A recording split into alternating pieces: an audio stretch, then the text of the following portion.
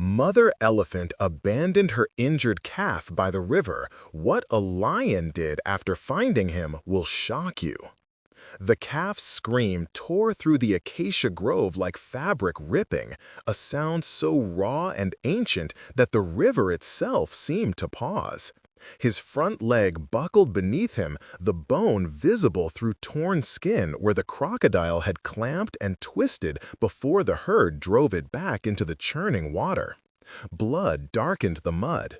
His mother stood 3 body lengths away, trunk coiling and uncoiling, her massive head swinging between her fallen child and the rest of the herd already moving upriver. The matriarch, his grandmother, trumpeted once, a command. The mother's ears flared, then flattened. She took 1 step toward her calf, then another step away. The calf struggled to stand, his shattered leg dragging, and screamed again. This time, his mother did not turn back. Wait, before the next revelation happens. If this bond between these creatures has already touched you, tell us where you're watching from.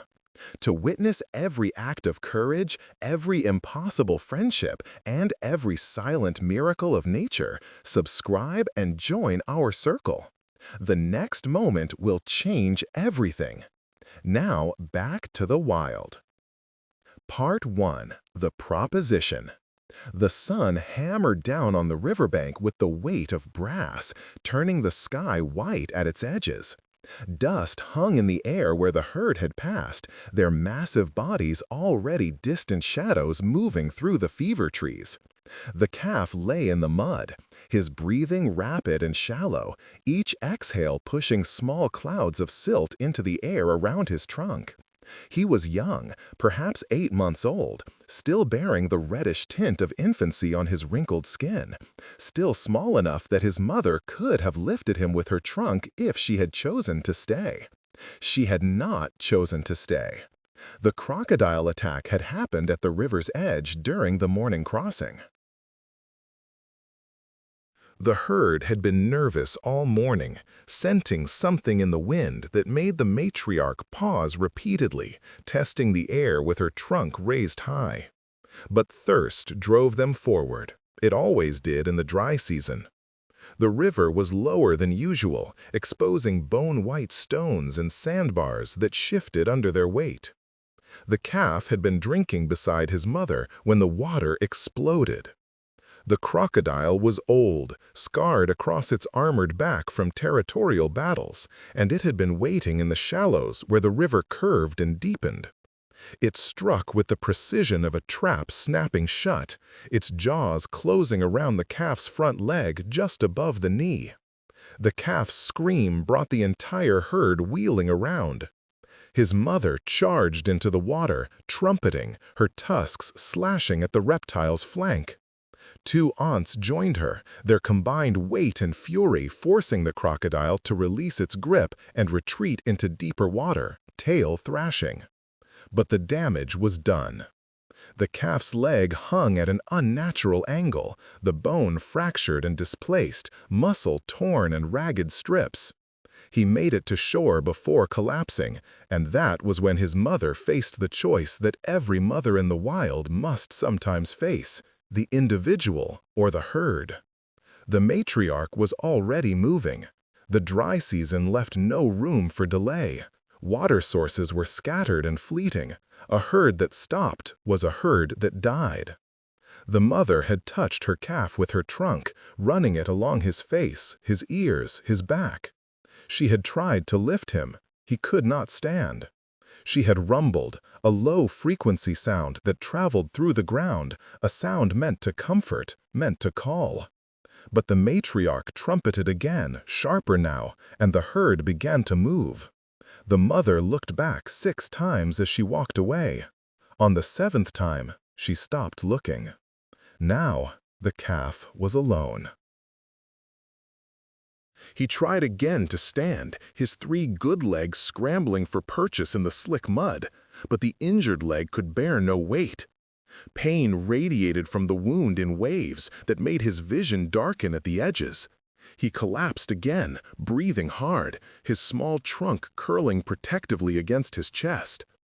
Around him, the sounds of the savanna continued their indifferent chorus, the metallic buzz of cicadas, the harsh calls of Hadada ibises in the reeds, the distant bark of baboons. And something else. A sound so low it was more vibration than noise, felt through the ground before heard through the air.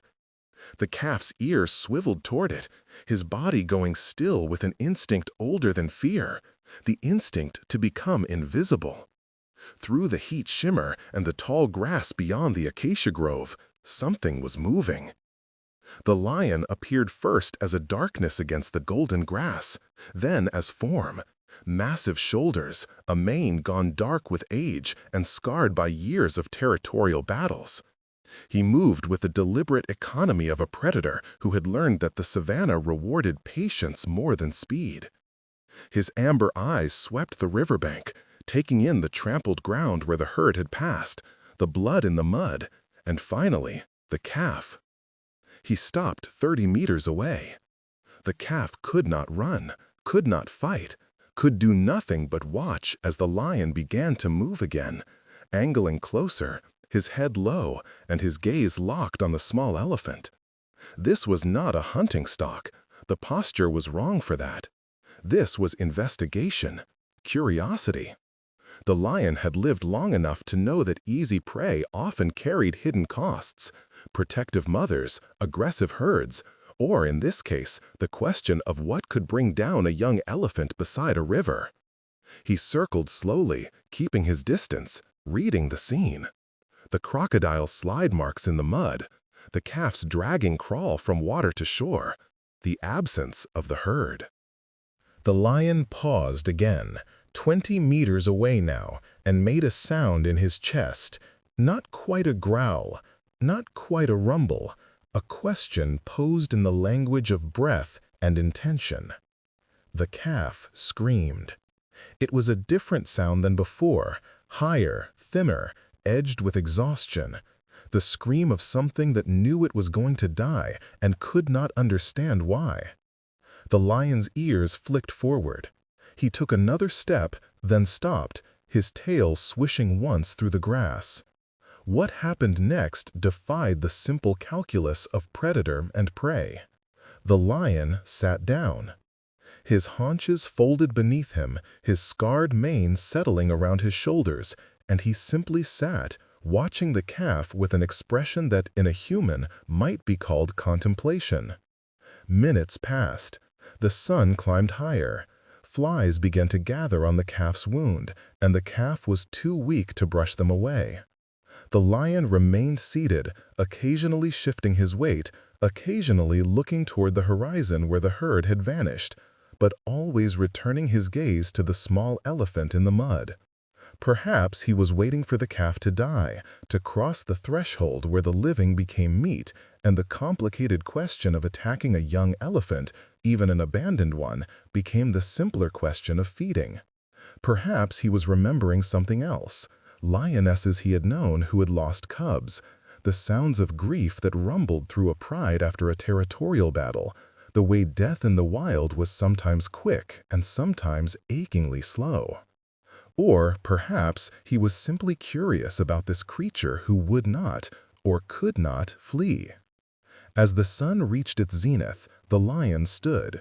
The calf flinched, bracing for the inevitable charge. But the lion did not charge. Instead, he walked to the river's edge, 10 meters downstream from where the calf lay, and drank. His pink tongue lapped at the water, his eyes half closed against the glare. When he finished, he returned to his seated position and resumed his vigil. The afternoon wore on. Vultures began to circle overhead, their shadows crossing the ground in slow spirals. A hyena appeared at the tree line, drawn by the scent of blood, but froze when it saw the lion. The lion did not move, did not acknowledge the hyena's presence beyond a slight flattening of his ears. The hyena waited for 5 minutes, then slunk back into the brush. The calf's breathing had become labored, each inhale a visible effort that raised and lowered his small rib cage.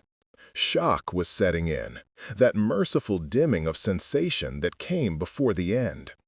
His eyes began to close, his trunk to relax against the ground. The lion watched this too, his tail swishing slowly, rhythmically, like a pendulum counting down the moments. Then, as the sun began its descent and the light turned copper-colored and long, the lion stood and walked toward the calf. The calf's eyes opened, tracking the massive predator's approach. The lion came within 3 meters, then 2, close enough now that the calf could see the amber depths of his eyes, the scars that crisscrossed his muzzle, the dried blood on his teeth from an earlier kill. The lion lowered his head, sniffing at the injured leg, at the wound still seeping blood and clear fluid. The calf made a small sound, not a scream this time, but a whimper, a sound of surrender. The lion lifted his head and looked directly into the calf's eyes. What passed between them in that moment was not language, not thought as humans understand it, but something older and more fundamental. The acknowledgement of shared mortality. The lion had killed many times, would kill many times more. But he had also been injured, had known pain and fear and the slow creep of time when wounded. He had watched cubs die, had been driven from prides, had learned that survival was not a simple binary of strong and weak, but a complex web of chance, timing, and choice. He made a choice. Instead of closing his jaws around the calf's throat, the lion turned and bit into the calf's injured leg just above the wound.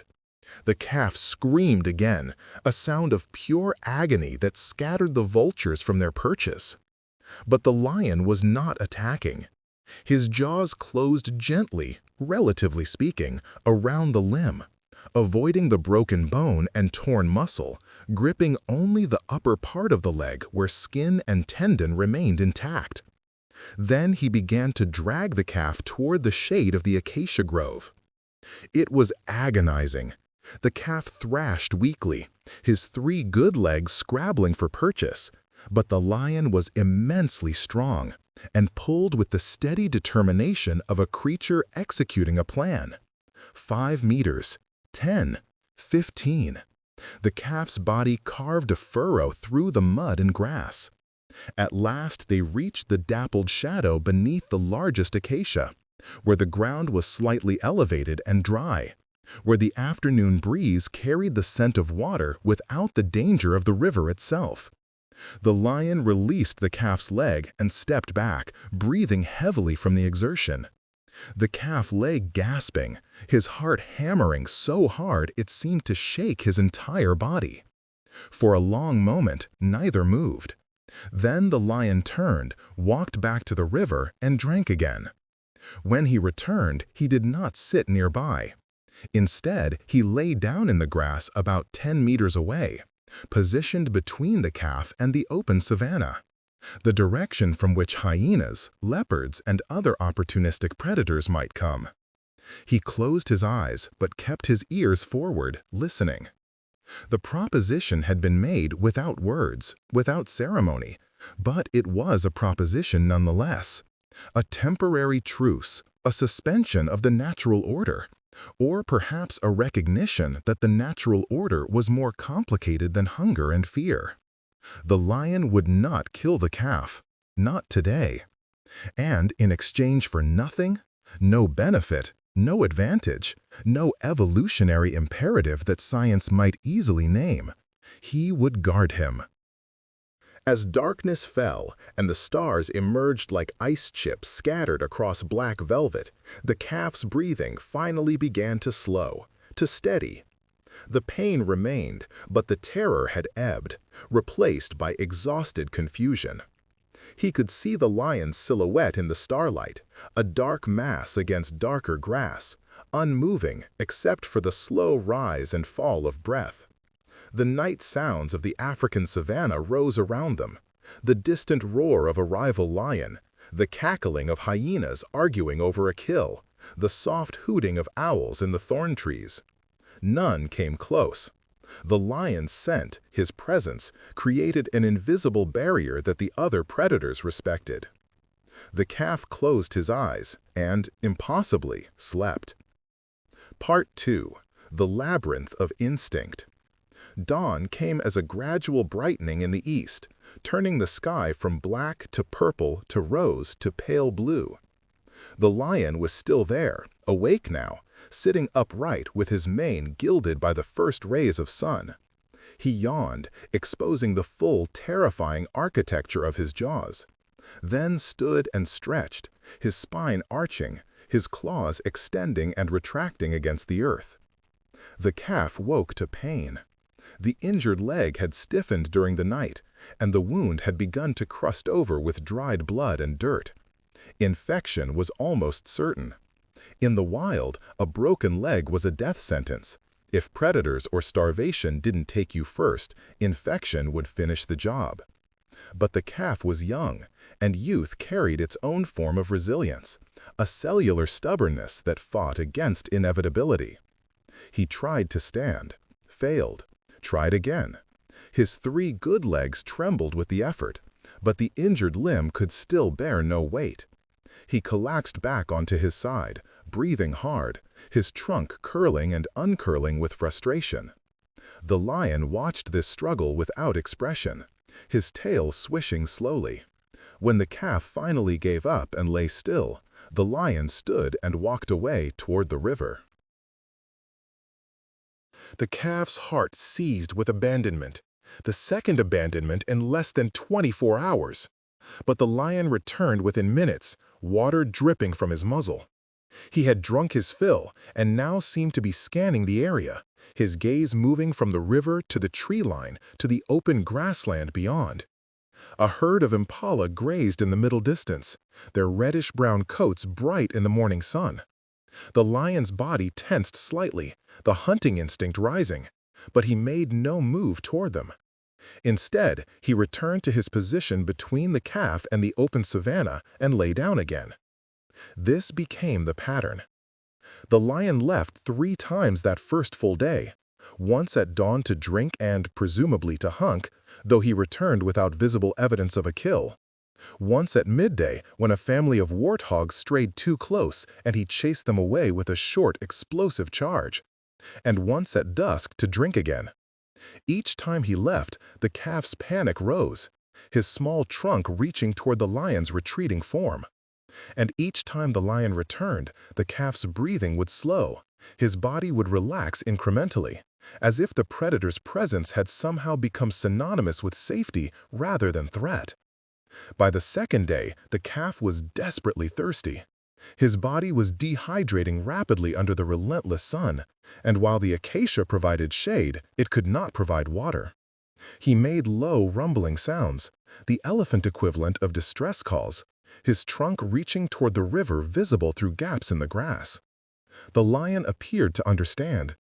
In the afternoon, when the heat was at its worst and the calf's breathing had become ragged with thirst, the lion stood and walked to the calf. The calf tensed, expecting pain, but the lion simply sniffed at his injured leg, checking for the rot smell of advanced infection perhaps, then moved to the calf's head. He gripped the calf's ear gently in his jaws, a gesture that should have been terrifying, but that somehow communicated intention rather than aggression. Then he began to pull. It was different from the first dragging, when pain and terror had made the calf thrash and resist. This time, the calf seemed to understand. He pushed with his good legs, coordinating his efforts with the lion's steady pulling. Together, they moved in lurching increments down the slope toward the river. It took nearly an hour to cover 30 meters. The calf was sobbing by the end, a sound elephants make when deeply distressed, a rhythmic exhalation that carried notes of both physical pain and emotional anguish. But they reached the water's edge. The lion released the calf's ear and stepped back, watching as the calf extended his trunk and began to drink. The water was warm and silty, but to the calf it tasted like life itself. He drank for minutes, sucking water into his trunk and squirting it into his mouth over and over, until his sides swelled with it. When he finished, he sprayed water over his head and back, instinctively trying to cool his overheated body. The lion drank too, a few meters upstream, keeping one eye on the calf and one on the river. Crocodiles were ambush predators. They learned patterns. If one had attacked here before, others might be waiting. After drinking, the lion faced the question of moving the calf back to the safety of the grove. But the calf's strength was spent. He lay at the water's edge, unable or unwilling to move further. The lion seemed to accept this. Instead of dragging him back, the lion positioned himself between the calf and the river, lying down in the mud with his back to the water, facing the grassland. His message was clear. If the crocodiles wanted the calf, they would have to go through him first. They stayed there through the afternoon and into the evening, both predator and prey vulnerable at the river's margin, where the boundaries between water, land, and life were most permeable and most dangerous. Hippos surfaced and submerged in the deeper sections of the river, their eyes and ears breaking the water's surface like small islands. A fish eagle cried from a dead tree. The sun set in layers of orange and crimson, and the calf, his thirst finally quenched, slept in the mud with the sound of moving water in his ears and the scent of lion filling his trunk. The lion did not sleep. He watched the darkness with the patience of a creature who had survived by being watchful, by understanding that in the wild, the price of inattention was always death. On the third day, something remarkable began to happen. The calf's wound, though certainly infected, was not deteriorating as rapidly as it should have.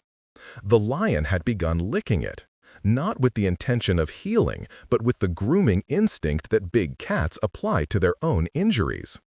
His rough tongue removed the worst of the crusted blood and dirt, and his saliva, while not sterile, contained enzymes that inhibited some bacterial growth. It was not medicine, but it was something. More significantly, the calf was adapting. Young animals possessed a plasticity of learning that adults had long since lost. His brain, desperate to solve the problem of locomotion, began to rewire itself. By the fourth day, he had learned to move in a three-legged hopping gait, pushing off with his hind legs and one front leg, letting the injured limb dangle without bearing weight. It was clumsy and exhausting, but it was movement. He could now follow the lion short distances without needing to be dragged. The lion seemed to approve of this development. He began to range slightly farther from the calf, testing the boundaries of their arrangement. On the fifth day, he left at dawn and did not return until afternoon. When he came back, there was blood on his muzzle, and his belly was distended with meat.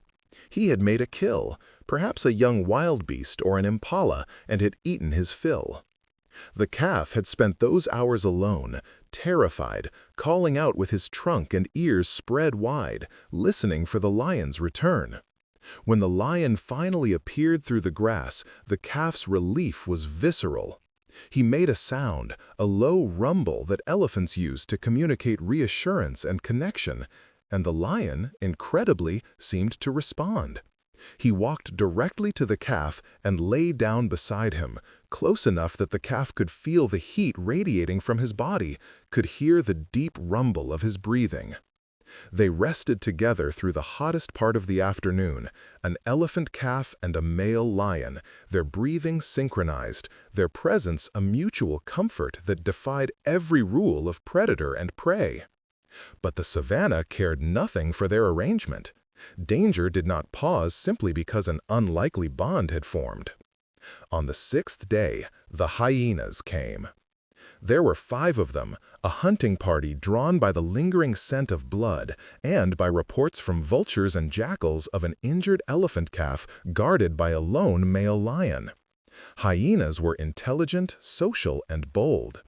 They knew that a single lion, no matter how large, would struggle to defend a stationary position against a coordinated attack. And an injured elephant calf represented a massive bounty of meat, enough to feed the clan for days. They approached at mid-morning, spreading out in a loose semicircle, their distinctive whooping calls echoing across the grassland. The lion heard them before they came into view. He stood immediately, placing himself between the calf and the approaching hyenas, his body tense and his lips pulled back to expose his canines. The calf, sensing danger, tried to stand. He managed to get his 3 good legs under him, balancing precariously, his injured leg hanging useless. He backed against the trunk of the acacia tree, his small trunk raised defensively, his ears spread wide to make himself appear larger, an instinct that might deter smaller predators but would mean nothing to determined hyenas. The lead hyena, a large female with a torn ear and a swollen belly that marked her as the clan's matriarch, stopped 30 meters away. She made a sound halfway between a laugh and a cough, and the other hyenas responded in kind, their calls overlapping into a cacophony designed to unnerve. They began to pace, testing the lion's resolve, looking for openings. The lion roared. It was a sound that carried across the savanna like thunder, a sound that vibrated in the chest and in the bones, a sound that announced dominance and fury and a willingness to die defending territory. The hyenas paused, but they did not retreat. 5 against 1 were good odds, especially when the one was defending an immobile position. They had time. They could wait for exhaustion, for distraction, for a single moment of opportunity. The standoff lasted 3 hours. The hyena circled, sometimes approaching to within 10 meters before the lion would charge, driving them back with slashing paws and snapping jaws. But he could not pursue far without leaving the calf vulnerable from another direction. The hyenas understood this. They took turns feinting attacks, forcing the lion to expend energy in short, explosive charges that wore him down incrementally. The sun climbed. The heat became oppressive. The lion panted heavily between charges, his sides heaving, but his eyes never left the hyenas. The calf remained pressed against the tree, his trunk now wrapped protectively around his own head, his body trembling with fear and exhaustion. Then, one of the hyenas made a mistake. A young male, perhaps overeager to prove himself, broke from the circling pattern and charged directly at the calf from the side while the lion was focused on the matriarch. The lion spun with a speed that belied his size and intercepted the hyena mid-charge. His paw caught the young male across the face with the force of a falling boulder. The impact was audible, a wet, crunching sound, and the hyena rolled sideways, screaming. The lion was on him immediately, his jaws closing around the hyena's spine just behind the skull. The snap echoed through the grove. The hyena went limp. The lion dropped the body and wheeled to face the others, blood dripping from his muzzle, his roar now edged with victory and warning. The remaining hyenas, their calculations suddenly recalculated, backed away. The matriarch held her ground for a moment longer, weighing her options, then turned and loped away. The others followed. Within minutes, they had disappeared into the grassland, their whooping calls fading into the distance. The lion stood over the dead hyena, his chest heaving, his entire body quivering with adrenaline. He had won, but at a cost. The fight had reopened old wounds and created new ones. Blood seeped from a gash on his shoulder where one of the hyenas had managed to land a bite during the melee. He was spent. He walked slowly back to the calf, who was still pressed against the tree, his eyes wide with shock. The lion lay down beside him, so close that their bodies touched, and closed his eyes. The calf, after a long moment, extended his trunk and gently touched the lion's mane. It was the first time he had initiated contact. The lion's tail flicked once, a gesture that might have been acknowledgement or might have been simple reflex. Then both of them slept, two exhausted creatures bound together by circumstance and something that might, in another context, be called loyalty. But their bond, improbable as it was, could not last forever. The savannah was already preparing to test it in ways neither of them could anticipate. The rains came early that year, 3 weeks ahead of schedule, turning the parched grassland green within days, and transforming the sluggish river into a churning artery of brown water. The transformation was both blessing and curse. Water became abundant, but the river's fury made crossing impossible. Herds that had scattered during the dry season began to converge on the newly lush grazing areas, including the stretch of riverbank where the lion and the calf had made their unlikely home. The calf's leg was healing, though not correctly. The bone had begun to knit but misaligned, creating a permanent crook in the limb. He would never run like a healthy elephant, would never join the aggressive shoving matches that young males used to establish dominance. But he could walk, after a fashion, and he was growing stronger each day. The lion's regular hunting trips now brought them both sustenance. The lion ate his fill from his kills, and the calf, unable to forage properly on his injured leg, had begun to eat the grass and leaves that grew near their grove, supplemented by the tender shoots that the rains had coaxed from the ground. They had fallen into a rhythm that resembled, if not family, then partnership. The calf would wake with the dawn and move slowly down to the river to drink, his gait lurching but determined. The lion would accompany him, never more than a few meters away, scanning the area for crocodiles or other threats. In the hottest part of the day, they would rest in the shade together, the calf sometimes using the lion's flank as a pillow, the lion tolerating this intimacy with a patience that would have astonished any observer familiar with the behavior of male lions. But the savannah notices every anomaly, and word of their arrangement had spread through the complex communication networks that animals maintain. The alarm calls of birds, the scent markers left by passing predators, the observations of baboons whose troops ranged widely and remembered everything.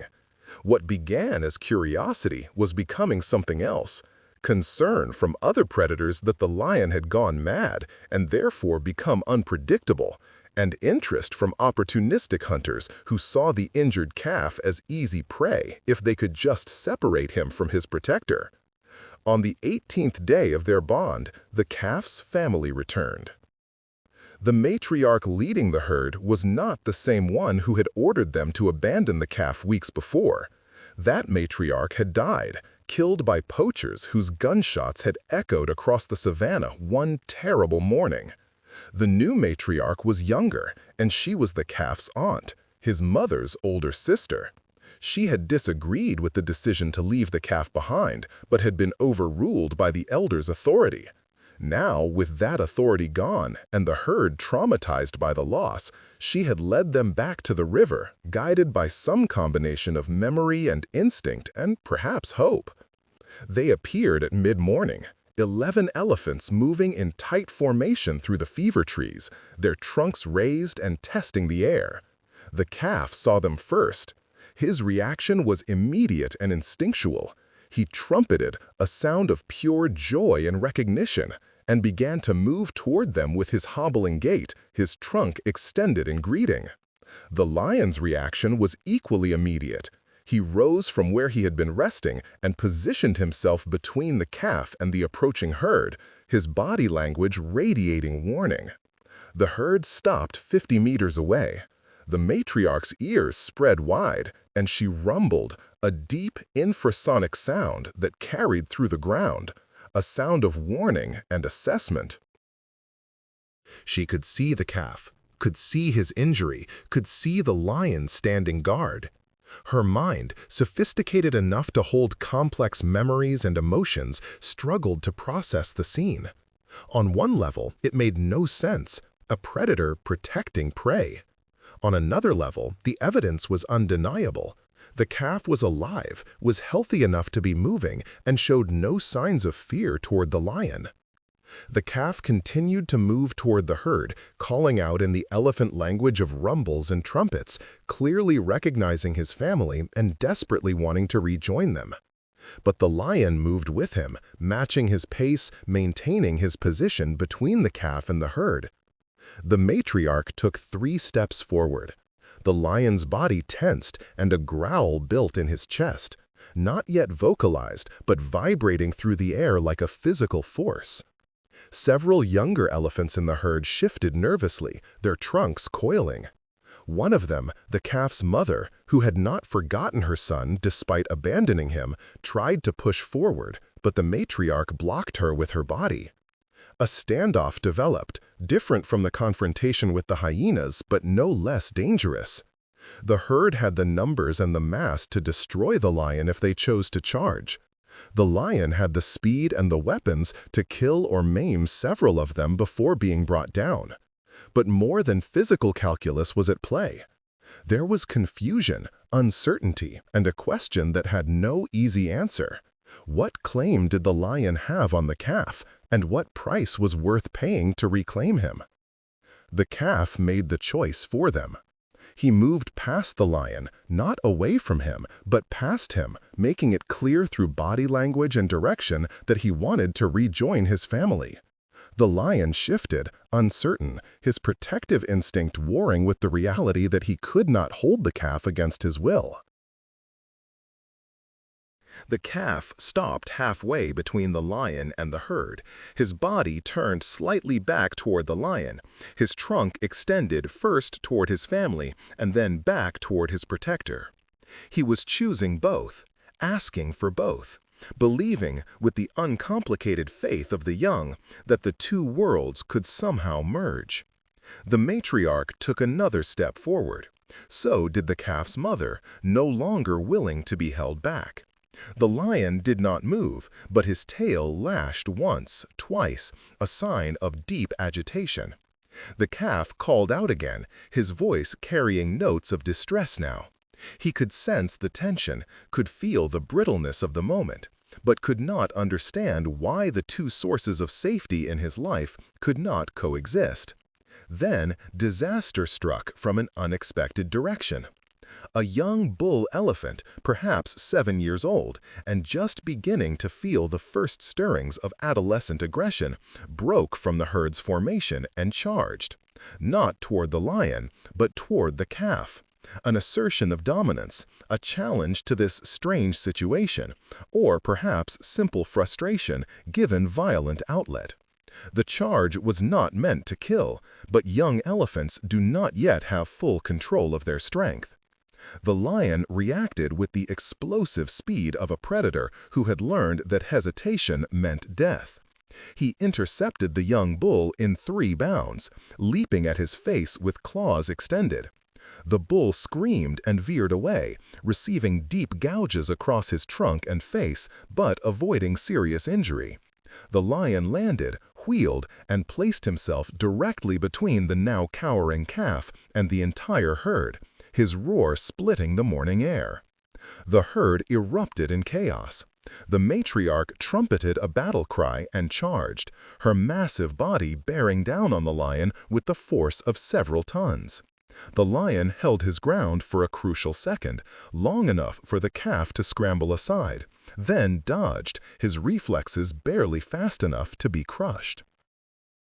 The calf's mother and 2 other females joined the charge, their combined mass creating a wave of gray flesh and fury that drove the lion back toward the river.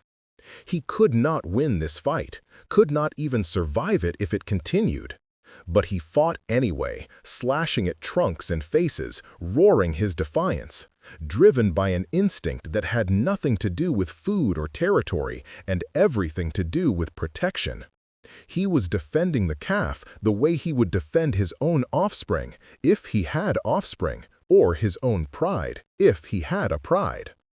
But the calf was screaming for them to stop, a sound so anguished that it cut through even the chaos of the battle. The matriarch heard it. She pulled up short, her tusks inches from the lion's flank, and turned to look at the calf. What she saw in that moment was impossible to translate into human language, but it was enough to make her step back. The calf was not cowering behind the lion. He was between them, his small body positioned as if to shield the lion from his own family. The absurdity and the tragedy of it were equally clear.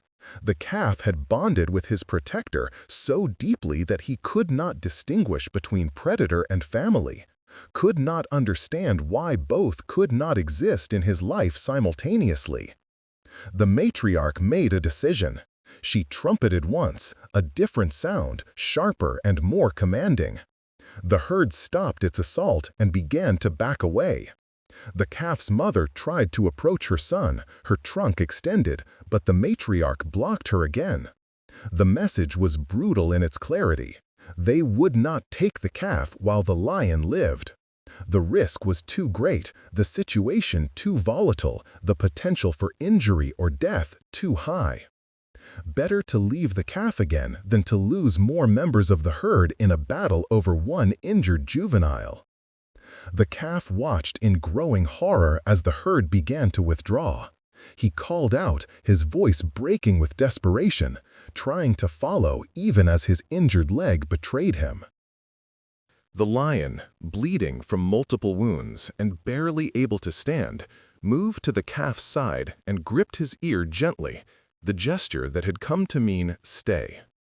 The calf did not want to stay. He wanted his mother. He wanted his family.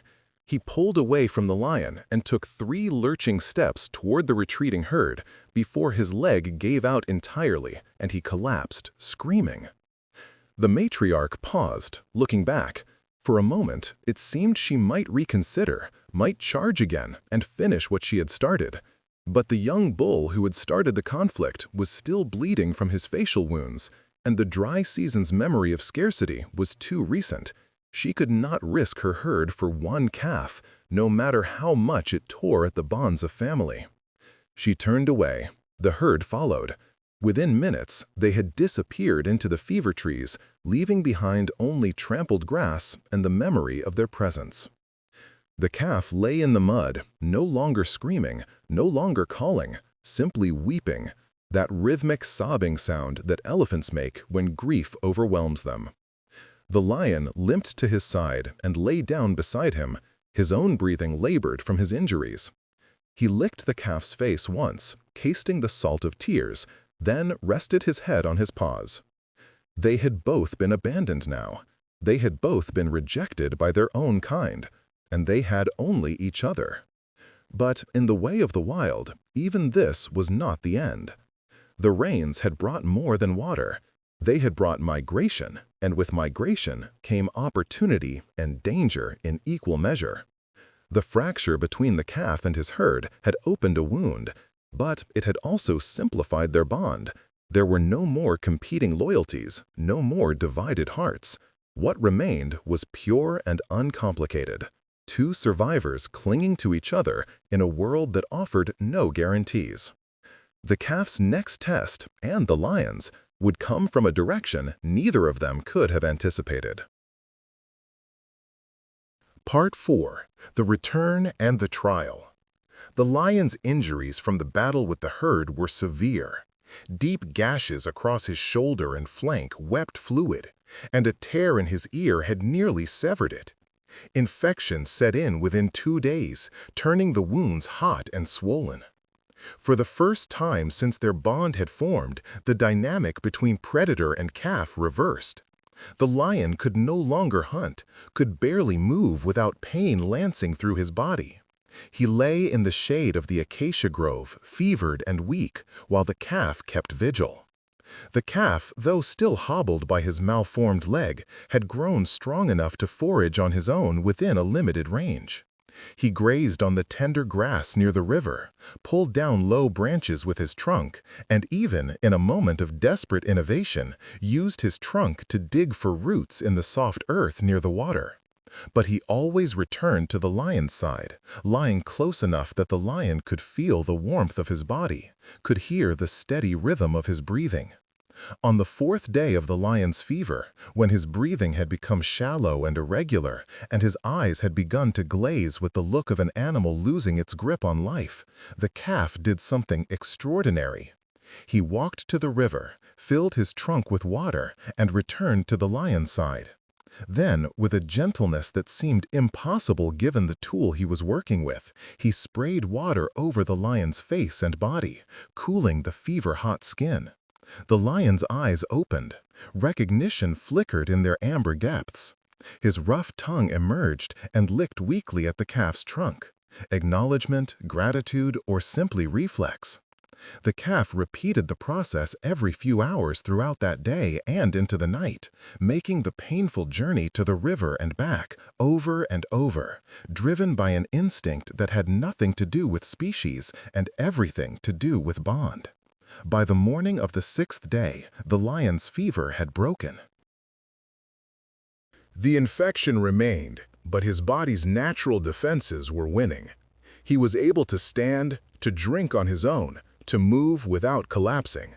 The calf stayed close throughout his recovery, grazing nearby but never straying far, his presence a constant comfort.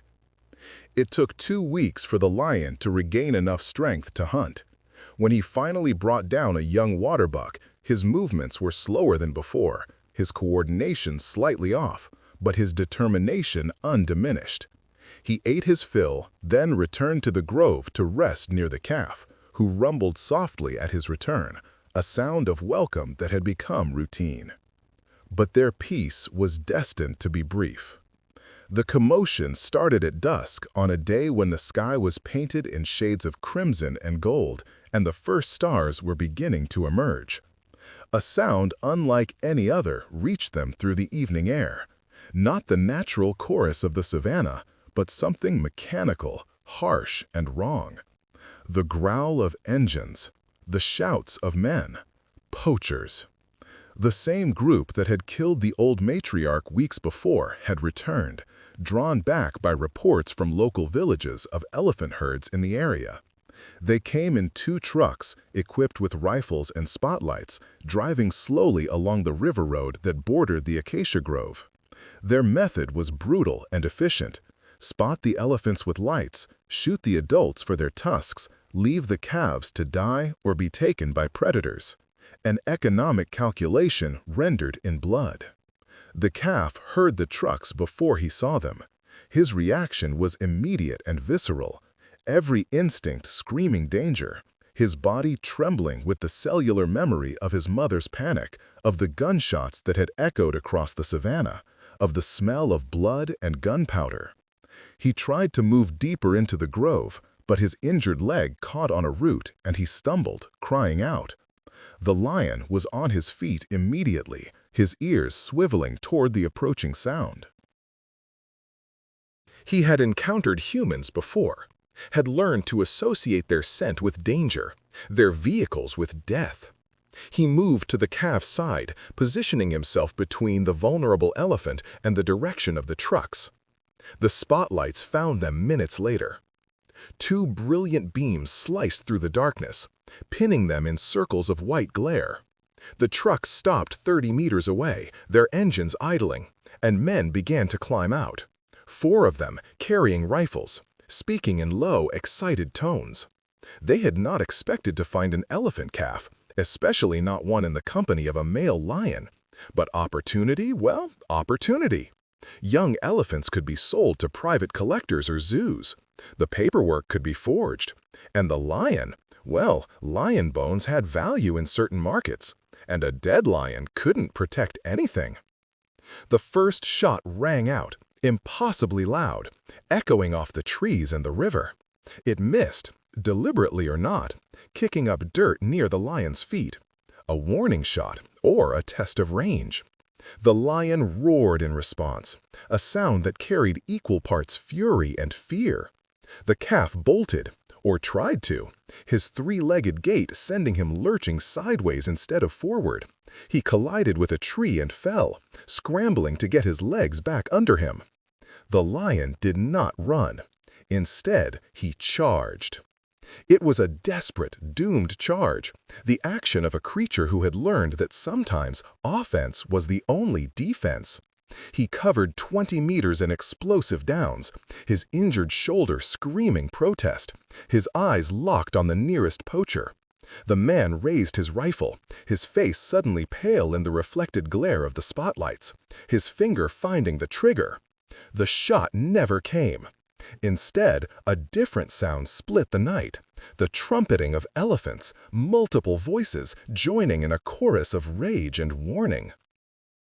The fever trees erupted with movement as a herd burst through them.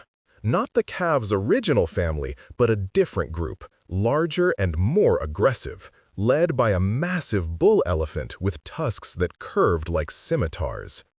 The bull had been drawn by the sound of the gunshot and by the calf's distress calls. Elephants have complex social structures and long memories.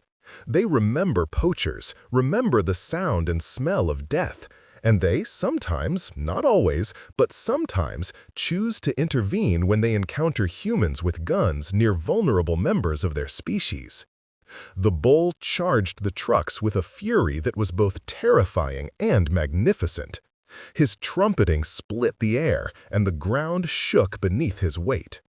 The poachers scattered, abandoning their vehicles and running for cover. The lion skidded to a stop, confused by the sudden arrival of the herd, his charge aborted. The bull smashed into the first truck, his tusks punching through metal like paper, his head lifting and shaking, flipping the vehicle onto its side with a screech of tearing steel. The second truck's driver tried to start it and flee, but two cow elephants had already positioned themselves to block the road, their ears spread wide, their bodies forming an impassable barrier. The poachers fired wildly, the muzzle flashes bright in the darkness. One bullet found flesh. A young female screamed and staggered, but the herd did not retreat. Instead, they pressed forward, trumpeting their fury, destroying what they could reach, driving the men back into the darkness and the bush. Within 5 minutes, it was over. The poachers had fled on foot, leaving behind their wrecked vehicles, their weapons, their supplies. The herd stood in a defensive circle around the area, breathing heavily, their sides heaving, checking each other for injuries. The young female who had been shot was bleeding from a shoulder wound, but she could still walk. She would survive. The bull turned his massive head toward the acacia grove where the calf and the lion remained frozen, watching the chaos. The lion's body was tense, ready to fight or flee, but the bull made no aggressive move. Instead, he approached slowly, his trunk extended, testing the air. The calf, still trembling with fear and adrenaline, took 2 limping steps toward the bull and rumbled. A sound of gratitude, of recognition, of shared species. The bull reached him and ran his trunk along the calf's body, checking for injuries, assessing his condition. When his trunk passed over the malformed leg, he paused, then continued his examination, his touch surprisingly gentle. The lion watched this interaction with every muscle coiled to spring. He did not trust the bull, did not trust any elephant after the battle with the matriarch, but he also recognized the debt they owed. The poachers would have killed them both if the herd had not intervened. The bull completed his examination and turned to face the lion. For a long moment, the 2 males, one predator, one prey, both dominant forces in their respective species, stared at each other. What passed between them was not understanding exactly, but acknowledgement. The bull could see the defensive wounds on the lion's body, could see the way the lion positioned himself between the bull and the calf. He could see, in the language of behavior and instinct, that this lion had become the calf's guardian. The bull stepped back. Then, with a motion of his trunk that the calf recognized as the gesture elephants use to summon their young, the bull indicated that the calf should follow. The calf looked from the bull to the lion, his trunk reaching first toward one and then the other. The choice that had been taken from him weeks ago when the matriarch ordered the herd to leave was being offered again. Return to your kind or stay with your protector. The lion did not move, did not try to stop the calf or summon him. He simply stood, bleeding from reopened wounds, exhausted from his aborted charge, and waited for the calf to choose. The calf took one step toward the bull, then stopped, then took 2 steps back toward the lion. His trunk wrapped around the lion's mane and pressed his face against the lion's shoulder, a gesture of profound affection in elephant body language, an embrace that said more clearly than words, "This is my family now." The bull rumbled, a sound that carried notes of confusion and perhaps disapproval. He tried again, gesturing with his trunk, taking a few steps away and looking back, clearly expecting the calf to follow. But the calf did not move. He remained pressed against the lion, his decision made. The bull stood for a long moment, his great head swaying slightly. Then he turned and walked back to his herd. There was a brief conference, trunks intertwining, low rumbles of communication, and then the herd began to move away, leaving the calf and the lion in the grove. Before he disappeared into the darkness, the bull looked back once. The lion met his gaze and dipped his head slightly. Not submission, but acknowledgement. The bull returned the gesture, then was gone, taking the rest of the herd with him into the night. The calf and the lion stood together in the aftermath, surrounded by wrecked trucks and trampled ground, listening to the fading trumpets of the departing herd. Slowly, the natural sounds of the savanna began to return. The chirp of crickets, the distant call of a nightjar, the soft rustling of small creatures in the grass. The lion licked the calf's face, tasting tears again, not of grief this time, but of relief and perhaps of understanding. The calf had chosen him over his own species, had chosen their bond over the biological imperative to rejoin the herd. It was irrational, perhaps tragic, but it was also profound in its simplicity. The calf had been abandoned, and the lion had stayed. The calf had been threatened, and the lion had fought. Love, or what passes for love in the wild, was built on exactly these foundations: presence, protection, and choice. They walked together back to their usual resting spot under the acacia tree. The lion's limp was more pronounced now, and the calf's pace was slow, but they moved in synchrony, their bodies matching each other's rhythm. They lay down side by side, the calf's head resting on the lion's flank, the lion's tail draped across the calf's back. Above them, the stars wheeled through their ancient patterns. The river flowed past, indifferent to the dramas that played out along its banks. And 2 creatures who should have been enemies, predator and prey, hunter and hunted, slept peacefully, bound together by something stronger than instinct and more enduring than circumstance. Their trial had forged their bond into something unbreakable. But the savanna always has one more test, one more challenge to determine whether survival is possible, or whether even the deepest bonds must eventually surrender to the reality of nature's indifference. That test would come with the dawn. Part 5. The Resolution and Renewal.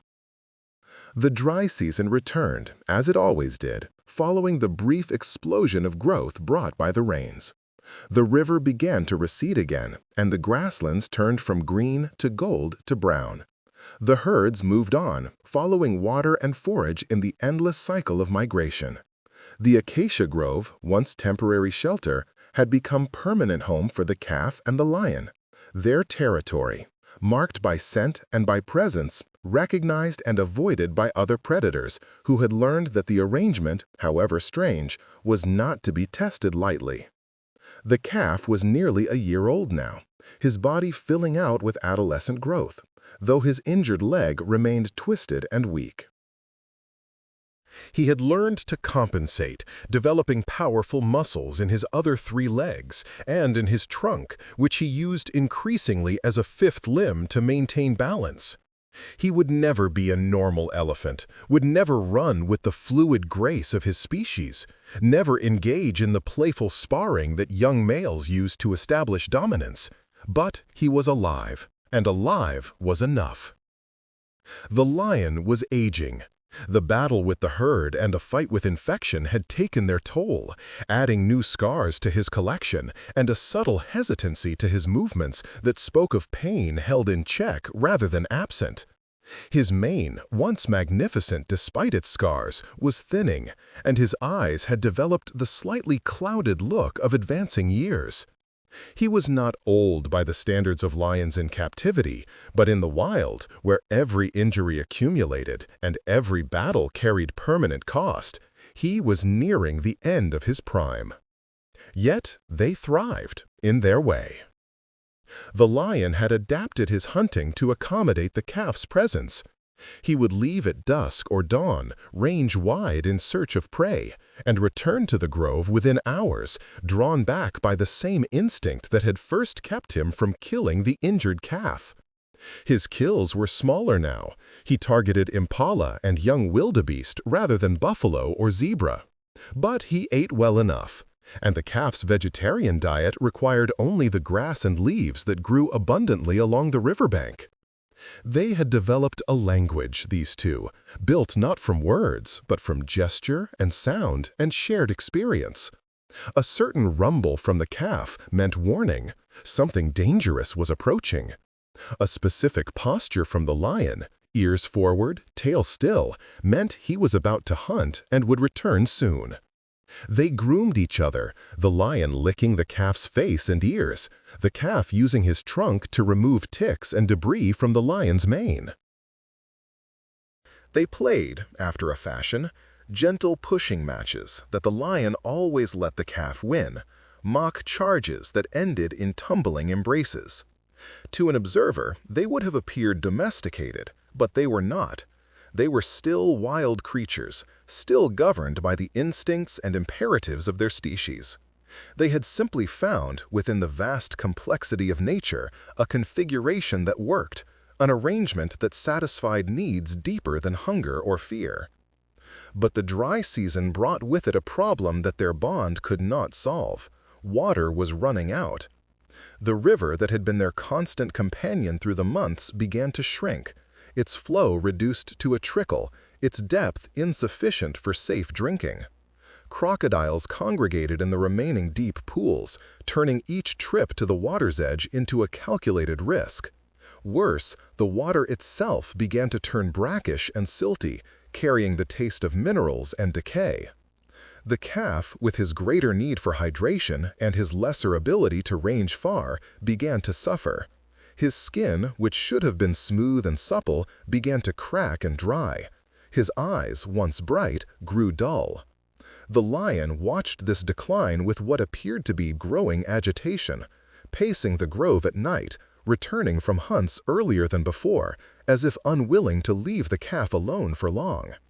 On a day when the sun seemed to beat down with personal malice and the air shimmered with heat distortion, the calf collapsed while trying to reach the river. His legs simply gave out, spilling him onto his side in the dust.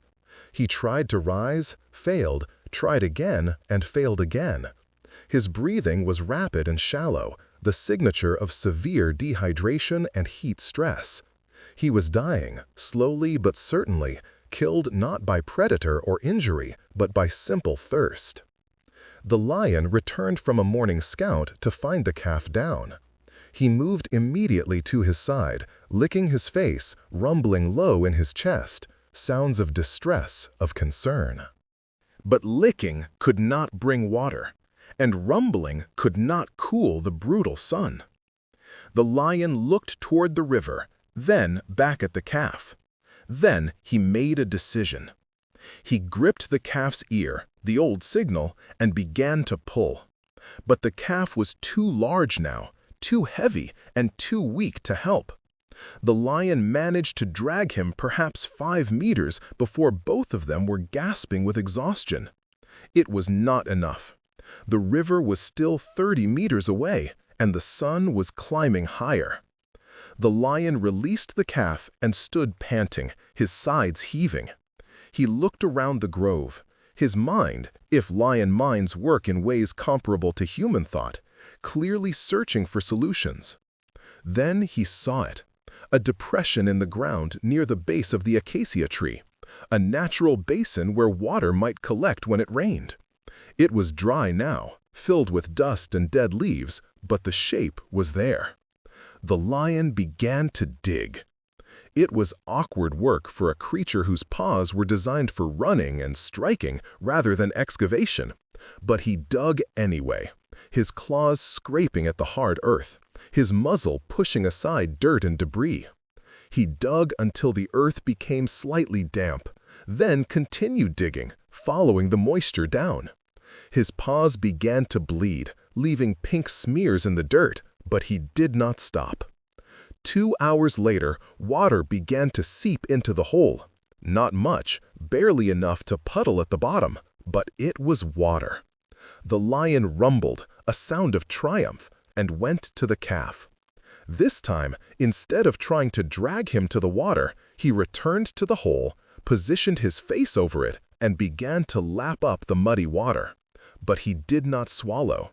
Instead, he carried the water in his mouth back to the calf and let it drip onto the calf's face and into his slightly open mouth. It was a slow process, agonizingly slow. Each trip yielded only a small amount of water, much of it lost to evaporation or spillage. But the lion persisted, making trip after trip, carrying water from the hole to the calf, his bleeding paws leaving a trail in the dust.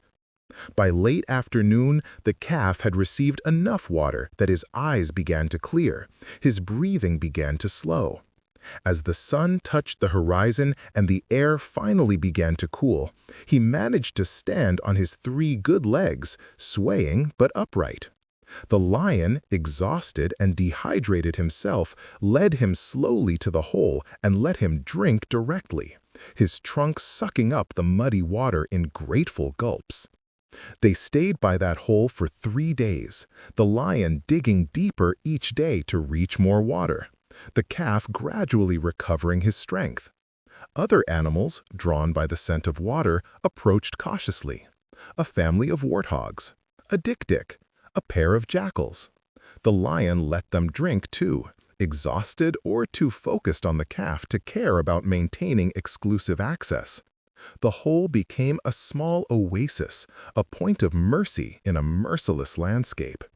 On the 4th day, clouds began to gather on the horizon, the first scouts of the long rains, weeks earlier than expected. By evening, the sky had darkened to charcoal, and the first fat drops began to fall, tentative at first, then building to a downpour that drummed on the earth and turned dust to mud within minutes. The calf lifted his trunk to the sky and drank from the falling rain, his mouth open, his eyes closed in something that resembled ecstasy. The lion stood beside him, water streaming off his mane, his tail lashing with what might have been joy or simply relief. Around them, the savanna began its transformation.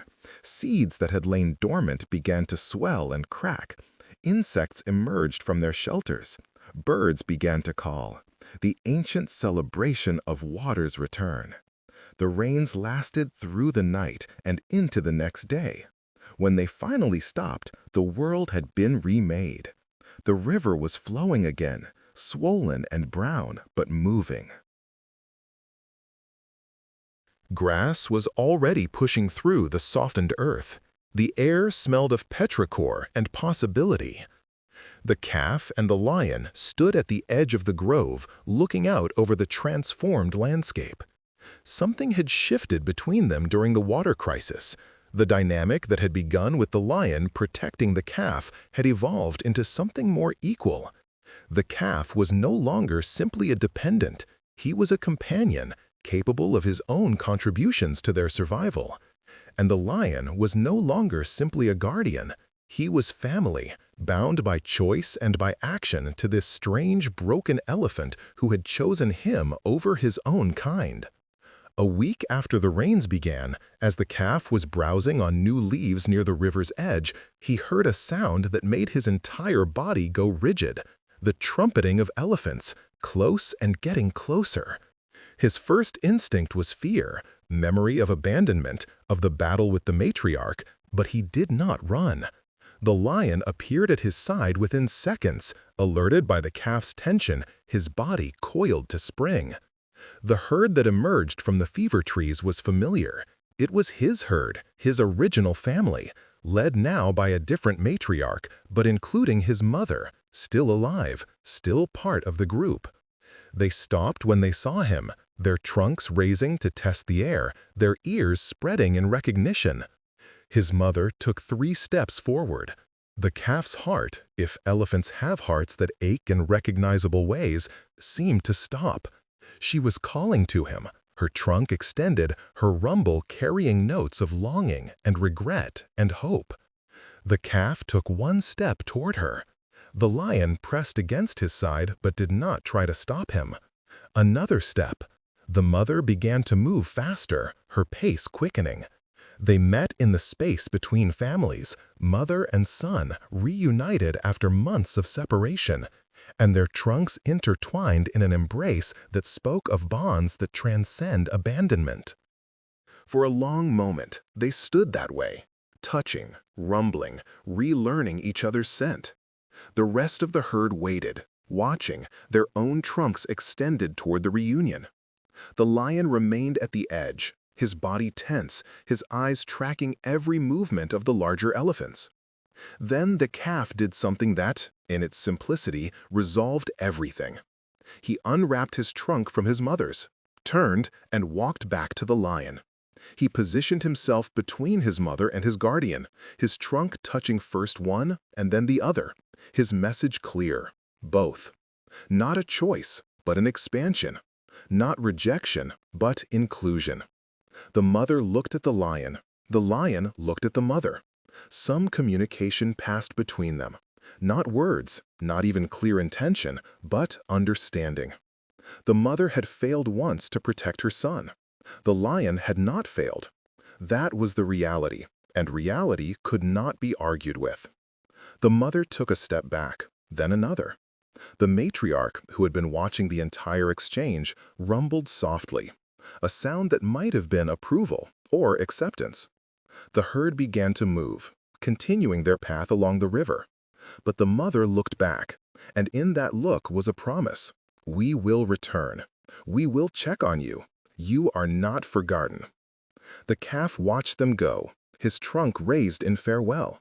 When they had disappeared into the distance, he turned to the lion and pressed his face against the scarred mane. The lion rumbled back, a deep sound that vibrated through both their bodies. They stood that way as the sun climbed higher and the day grew warm. 2 survivors, bound by trauma and choice and something that had no name, in any language but existed nonetheless. The recognition that family is not always blood, that protection is not always predation, and that the wild, for all its cruelty, sometimes allows for moments of grace. In the months and years that followed, they would face other challenges: droughts and floods, poachers and predators, illness and injury. The calf would grow into a young bull, his twisted leg becoming less of a liability as his strength increased. The lion would age further, his hunts becoming harder, his body accumulating the wear of years. Eventually, as all wild things must, the lion would fail to return from a hunt, his body claimed by the savannah in a place the calf would never find. But that ending was still ahead of them, hidden in the uncertain future. For now, they had the morning, the river, the cool grass beneath the acacia tree. They had each other, and that was enough.